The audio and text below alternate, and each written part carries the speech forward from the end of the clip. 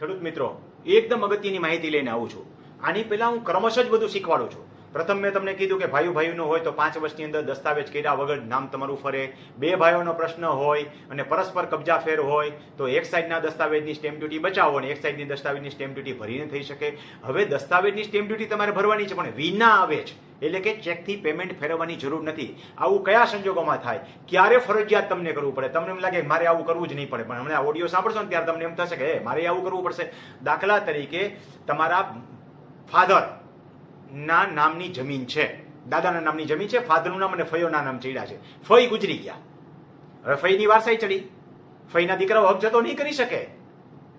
જે આપણે એફિડેવિટ કરીને ફઈ હક જતો કરી શકતા હતા એના ભાઈની ફેવરમાં, ફોઈ ભત્રીજાની ફેરમાં હક જતો ન કરી શકે. પણ બાપુજીનું નામ હતું, આપણે વાત કરી દાદાના નામની જમીન છે, બાપુજીનું નામ ચડ્યું ત્યારે દાદાની બીજી દીકરી એટલે તમારા ફઈનું નામ ચડ્યું અને એ હક જતો કરી દે 50 રૂપિયાના સ્ટેમ્પ પેપર ઉપર એફિડેવિટ કરીને, તો એનો હક જે છે તમારા બાપુજી અને તમારા કાકા દાદા જેટલા હોય એટલા નામે થઈ જાય, જેની ફેરમાં કરવું એની ફેરમાં થઈ જાય. પરંતુ ફઈ ગુજરી ગયા અને નામ 7 નંબરમાં રહી ગયું, તો હવે હક જતો ન થાય. હવે તમારે વિના આવે જ દસ્તાવેજ કરવો પડે. મારો કહેવાનો ભાવ તમે બરાબર સમજી ગયા હશો. હવે તમને ખ્યાલ આવી ગયો કે વિના આવે દસ્તાવેજની જરૂરિયાત ગમે ત્યારે ગમે તેને ઊભી થાય. જીવન એવી વસ્તુ છે, આ તબિયત સારી હોય, કાલ તમે નામ ચડાવ્યા, હક કમી કરો, એ પેલા કુદરતી મૃત્યુ થઈ ગયું, તો ફરજિયાત રીતે તમારે એના વારસદારોના એફિડેવિટથી નહીં ચડે, એનો દસ્તાવેજ કરવો પડશે. અને આવો દસ્તાવેજ હક જતો કરે છે એમ જ હોય, પણ એને દસ્તાવેજ રજિસ્ટ્રાર કચેરીએ નોંધાવવો પડશે, સ્ટેમ્પ ડ્યુટી ભરવી પડશે. એને વિના આવે દસ્તાવેજ કહેવાય. ખેડૂત મિત્રો, આવી અવનવી માહિતી હું તમને રમણીકભાઈ કોટલિયા ખેડૂત માર્ગદર્શકની અંદર ફોન દ્વારા માહિતી આપું છું, એનો વિસ્તારપૂર્વક આ વિડીયો દ્વારા માહિતી આપું છું. એવી જ રીતે રમણીકભાઈ કોટલિયા રેવન્યુ માર્ગદર્શકની અંદર આવા ડ્રાફ્ટિંગ કેવી રીતે કરવા એ હું તમને આગળ જતા શીખવાડીશ. આની એપ્લિકેશનો કેવી રીતે કરવી, એવા 10 ડોક્યુમેન્ટ્સ કેવી રીતે બનાવવા, નો ખર્ચો તમારી પાસે બચે અને તમે તમારા જાતે કરી શકો. કોઈને એમ થાય કે આવું અમે કેમ કરી શકીએ? ભાઈ છેક દસ્તાવેજ કરવા સુધી પણ હવે નવો સુધાર આવી ગયો છે. ફરજિયાત તમારે રેવન્યુના એડવોકેટને લઈ જવાની જરૂર નથી. તમને અતિરેક લાગશે, પણ આ છે.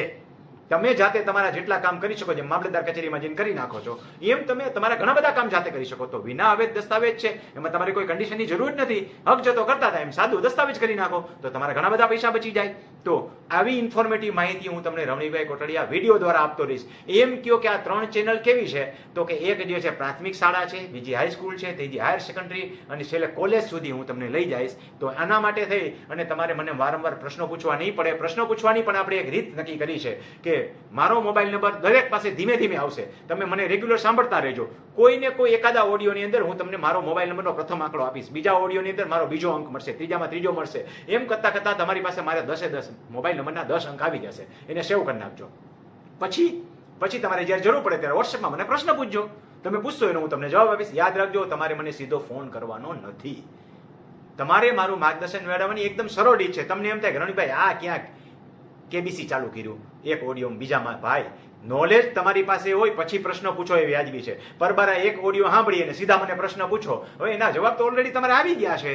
તમને તો ખબર નથી, તમે ઓડિયો નથી સાંભળ્યા તો પ્રથમ ઓડિયો સાંભળો, એમાંથી મારા નંબર મેળવો અને પછી કાંઈ ક્રિટિકલ કેસ હોય તો તમે મને પૂછો, તો એ વ્યાજબી છે. ખૂબ ખૂબ આભાર.